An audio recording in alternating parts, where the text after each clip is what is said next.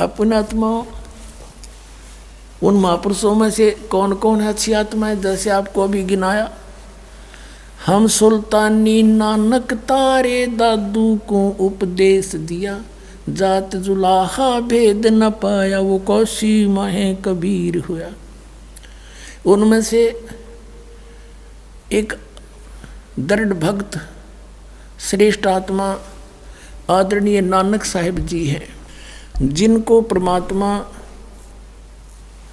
बेई नदी पर मिले थे। सुल्तानपुर शहर में, पश्चिमी पाकिस्तान के अंदर है वो क्षेत्र। पहले ज्वाइंट भारत था ये सारा, अफगानिस्तान, बलूचिस्तान, पश्चिमी पाकिस्तान, पूर्वी पाकिस्तान और ईरान, इराक तक, गढ़ और गजनीब तक ये भारतवर्ष था। नानक साहिब जी के पहले जन्म सतयुगमय राजा अम्बरीश थे। त्रेता में यही आत्मा राजा जनक हुए और कलयुग में ये नानक राजा जो ना वही आत्मा श्री नानक जी हुए। अपने आत्माओं पहले ये राजा थे, इनके नौकर रहा करते थे पिछले पुनों के कारण, और इन पुनों को स्वर्ग में खर्च करके वापस आ जाते हैं सभी प्राणी। फिर ये स्वयं एक सुल्तानपुर के नवाब के यहाँ मोदी खाने में नौकरी कर रहे थे। लेकिन ऐसी आत्माएं भक्ति बिना रुक नहीं सकती। एक ब्रजलाल पांडा इनको पढ़ाया करता था, गीता जी को हिंदी भी उन्होंने पढ़ाई थी, ये फारसी भी पढ़े थे एक मौलवी से। इनके पिताजी श्री कालूराम मेहता खत्री यानी अरोड़ा जाति से थे, हिंदू परिवार था इनका। और श्री कृष्ण जी श्री राम के खूब तगड़े पुजारी थे, सभी देवी देवताओं की पूजा करते थे। जब ये सुल्तानपुर में नौकरी कर रहे थे, वहाँ इनकी बहन ब्याही थी। इनके जीजा जी जो थे बहनोई श्री जयराम जी थे, उनके ही सिफारिश से नानक साहिब जी को मोदी खाने की नौकरी मिली थी नवाब के यहाँ, और जयराम जी भी वहाँ नवाब के ही सर्विस करते थे, या जैसे वो अच्छे गणमान्य व्यक्ति थे। नानक साहिब जी प्रतिदिन उसके सुल्तानपुर के साथ से बह रही बेई नदी के ऊपर प्रतिदिन स्नान करने जाते थे, और वहाँ बैठकर कुछ देर भगवान का एकांत में चिंतन करते रहते थे। एक दिन परमात्मा सतपुरुष कबीर देव जिंदा महात्मा रूप बना के और नानक साहिब जी के पास गए। नानक साहिब जी से कहा कि हे महात्मा जी, हे भक्त, मैं बहुत भटक लिया, मुझे कोई सतमार्ग बताने वाला नहीं मिला, और मुझे कोई मार्ग बताओ। आप बहुत अच्छे भक्त बताए, सभी यहाँ चर्चा है आपकी। तब नानक साहिब जी ने जैसा भी ब्रजलाल पांडे से सुना था वो सारी कथा सुनानी शुरू कर दी। फिर कहा कि अगर तुम मुझे गुरु बनाओ तो गुरु बिन मोक्ष हो नहीं सकता। तो परमात्मा ने कहा कि भाई गुरु किसको बनाऊं, जब तक मेरी आत्मा दृढ़ नहीं होगी। मैं वैसे गुरु तो मैंने बना भी रखा, रामानंद जी, काशी में पंडित स्वामी रामानंद जी से मैंने दीक्षा ले रखी है, लेकिन मेरी तसल्ली नहीं हुई, संतुष्टि नहीं है। नानक साहब जी कहते फिर मुझे बनाओ गुरु। तो कबीर साहब कहने लगे ठीक है आप गुरु जी, लेकिन मेरी कोई शंका समाधान करो गुरुदेव, मेरी कोई शंका का समाधान करो। बोलो कि ब्रह्मा विष्णु महेश की क्या स्थिति है, क्या ये जन्मते मरते हैं या इनके कोई माता पिता भी हैं?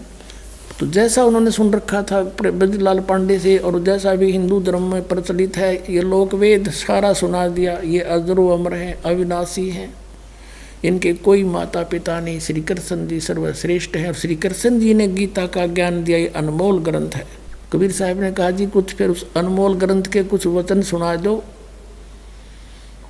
फिर वो नानक साहिब जी ने कुछ जो श्लोक याद थे वो सुनाए।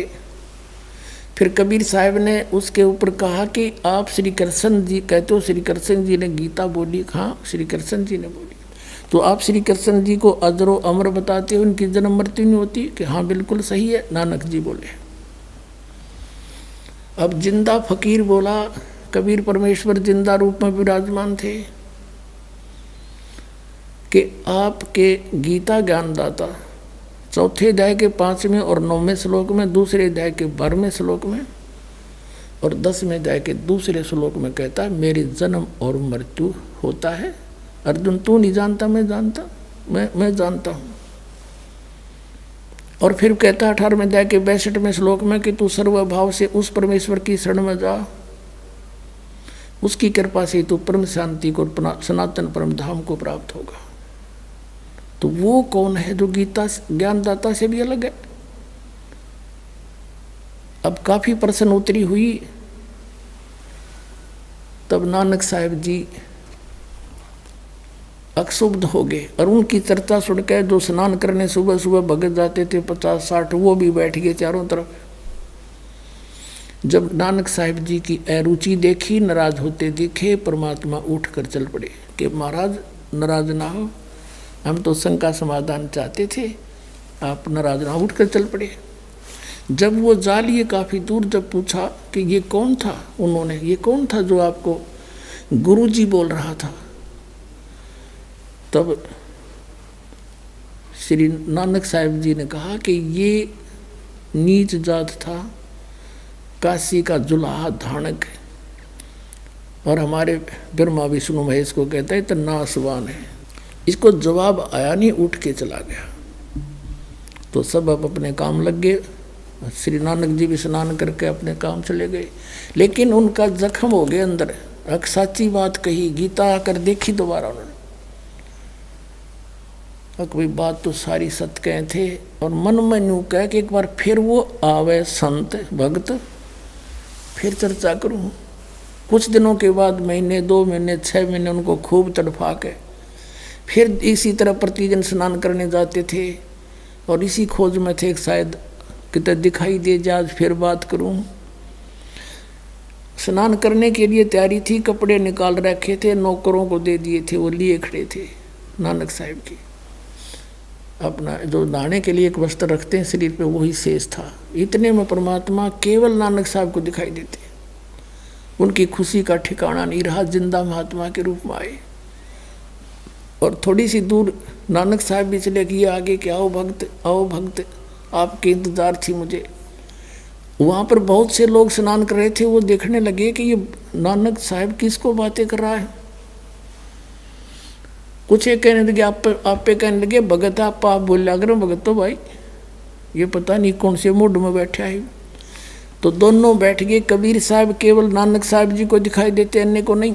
काफ़ी देर चर्चा हुई, सब विस्तार से मालिक ने बताया और कहा कि सचखंड है, सतलोक है, उसमें सतपुरुष रहता है, उसकी भक्ति से मोक्ष होगा, वो अकाल मूर्त है। नानक साहब ने कहा कि हमने तो कभी स्वर्ग से ऊपर सुना नहीं।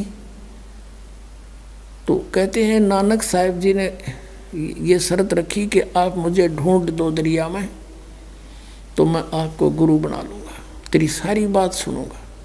ये कहकर छलांग लगा दी दरिया में। कबीर साहब ने वहीं से अंतर्धान किया उनको और अब सटरी में जिधर से जल आ रहा था उसी साइड में ले गए। काफ़ी देर जब नानक साहब बाहर नहीं आए तो सबको चिंता होगी, सब ने सो जान लिया कि डूब गया। सुल्तानपुर शहर में आग की तरफ बात फैल गई। भागे आए, उसकी बहन मूर्छित होगी, बहन रोने लगी बुरी तरह, मेरा भाई मर गया। बहुत चिंता का विषय बन गया। सुल्तानपुर के नवाब तक बातें गई, उन्होंने नौकर भेज दिए जाल डालने के लिए, गोताखोर भेज दिए, वो ढूंढ रहे डाउन स्ट्रीम में, वो ले गए अप स्ट्रीम में। बहुत दूर ले जाकर 3-4 किलोमीटर वहाँ बैठा लिए नानक साहब की। दोनों की काफ़ी देर चर्चा हुई परमात्मा के साथ। फिर नानक साहब ने कहा कि मुझे सचखंड दिखा दो भगवान, फिर मैं मानूं। शरीर को वहाँ छोड़ा, आत्मा लेकर चल पड़े।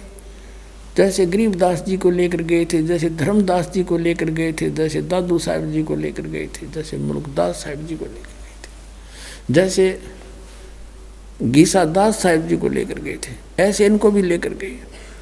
वहाँ जाकर देखा परमात्मा दूसरे रूप में स्थिर बैठे हैं।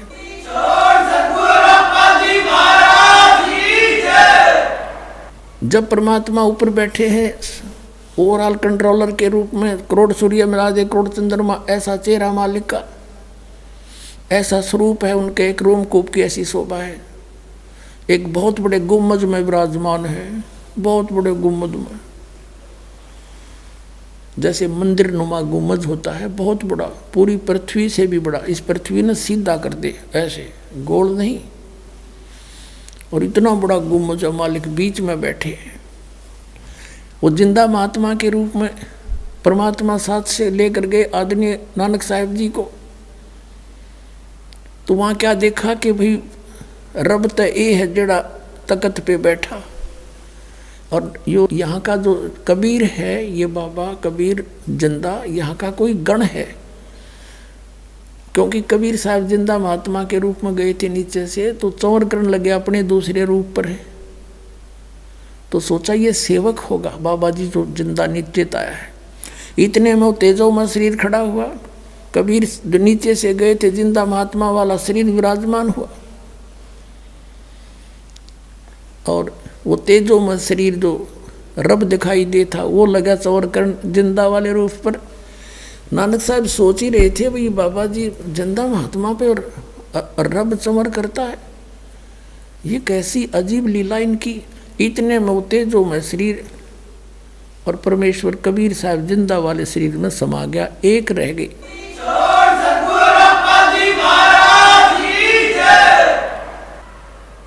असंख्य करोड़ ब्रह्मांड के ओवरऑल कंट्रोलर के रूप में वो जिंदा महात्मा विराजमान है, चंवर अपने आप घूम रहा है। नानक साहब जी देख रहे हैं कि ये तो सचमुच रब ही था जो नीचे गया था, ये काल मूर्त स्वयं ही था। भया एक से दो, जैसे रामानंद जी को मिले थे, स्वामी रामानंद जी को भी दिखाए थे, ऊपर आदरणीय रामानंद जी को भी। तब उन्होंने कहा था दो ठोर है एक तू, भया एक से दो, कह रामानंद हम कारणे तुम आए हो मगजो।